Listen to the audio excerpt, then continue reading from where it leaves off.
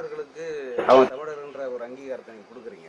சக தமிழர்களையே தீண்டாமை என்ற பேர்ல ஒதுக்கி வச்சுதா இந்த பிராமணர்கள் மீது காலங்காலமா குற்றச்சாட்டு இருக்கு. அதை அவங்க ரொம்ப தீவிரமா கடைபிடிச்சாங்கன்ற குற்றச்சாட்டு இருக்கு.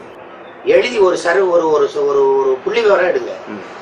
அதிகமா ஆதித்தமிழர்கள் பிராமண பெண்களை திருமணம் செஞ்சுட்டாங்களா அல்லது மாற்று சமூக இந்த இங்க இருக்க தமிழ் சமூகம் சொல்ற பிரசம் அந்த உயர் சாதி சமூகத்து பிள்ளைகளை கட்டிட்டாங்களா? ஒரு புள்ளி விவரத்தை எடுப்போம், பேசுவோம். என்னை எடுத்துக்கிறீங்க, இதுவரை நீங்க என்ன ஆளுன்னு கேட்காத ஒரே ஒருத்தன் பார்ப்பன மட்டும்தான். மத்தெல்லாம் நம்ம தமிழ் சமூகத்தை சார்ந்தவங்க நீங்க என்ன ஆளு என்ன சாதின்னு கேட்குங்க. அதிகமா நீங்க எடுத்துக்கிறீங்க. அண்ணல் அம்பேத்கர் 2 திருமணம் செஞ்சிருக்கிறாரு, 2 பேரும் பிராமணர். ராம்விலாஸ் பஸ்வான் திருமணம் பண்ணது பிராமணர். இங்க எடுத்து பாருங்க, இங்க தாழ்த்தப்பட்ட பிள்ளைங்களுக்கு ஆதித்தமிழர்கள் முழுக்க அதிகப்படியாக பிராமண பெண்களை திருமணம் செஞ்சுக்கிறாங்க. அவங்களுக்கு பொருளாதாரத்துல மேம்பட்டா பொண்ணை கட்டி கொடுக்குறாங்க, ஒரு பிரச்சனையும் இல்லை.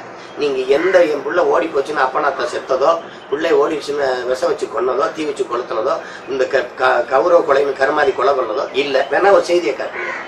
ஆனா இந்த பார்ப்பனியம்ங்கிற இந்த சாதி மேலாதிக்க சிந்தனை அதிகமா தமிழ் சமூகத்துல ஊறி இருக்குது. இதை யாரும் ஒழிக்கிறது? இதுக்கு திராவிட என்ன பண்ணிச்சு? நீங்க இந்த திராவிட கட்சிகளின் தத்துவத்தை சொல்றீங்க. திராவிட தத்துவத்தின் பிதாமகனா இருக்கிறது தந்தை பெரியார். சாதி பெரிதா, மதம் கொடிதா, சாதி கொடிதா கேள்வி. மதம் மாறிக்கொள்ளக்கூடியது, சாதி மாற முடியாது. சாதி தான் கொடிதுங்கிறாரு. இந்த மாறிக்கொள்ளக்கூடிய மதவாதத்துக்கு எதிராக பேசுறது திராவிட ஆட்சியாளர்கள். ஆனால் எல்லாரும் இந்த பிஜேபியோட கூட்டணி வச்சு பதவி அனுப்பிச்சிருக்கிறாங்க, அது வேற.